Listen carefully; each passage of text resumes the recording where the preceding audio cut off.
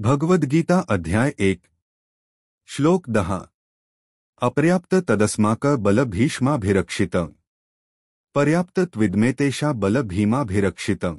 श्लोकाचा अर्थ आमचे कौरवांचे सैन्य भीष्माचार्यांच्या संरक्षणाखाली असून ते अप्रिमित अमर्याद आहे, परंतु पांडवांचे सैन्य भीमाच्या संरक्षणाखाली असून ते मर्यादित आहे।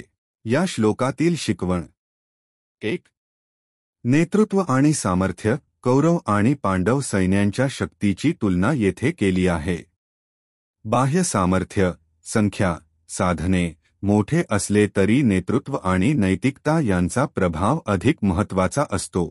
2. अहंकाराचा प्रभाव दुर्योधनाच्या वक्तव्यात अहंकार दिसतो। तो आपल्या सैन्याला अपराजित समजतो, पण प्रत्यक्ष युद्धात नैतिकता आणि सत्य बाजू असलेल्या सैन्याला विजय मिळतो। 3.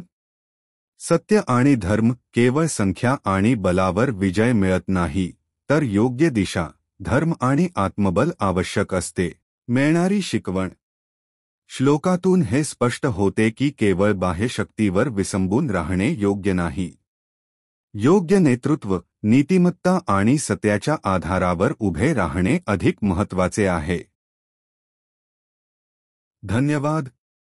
व्हिडिओ आवडली असेल तर शेअर आणि सबस्क्राइब करा।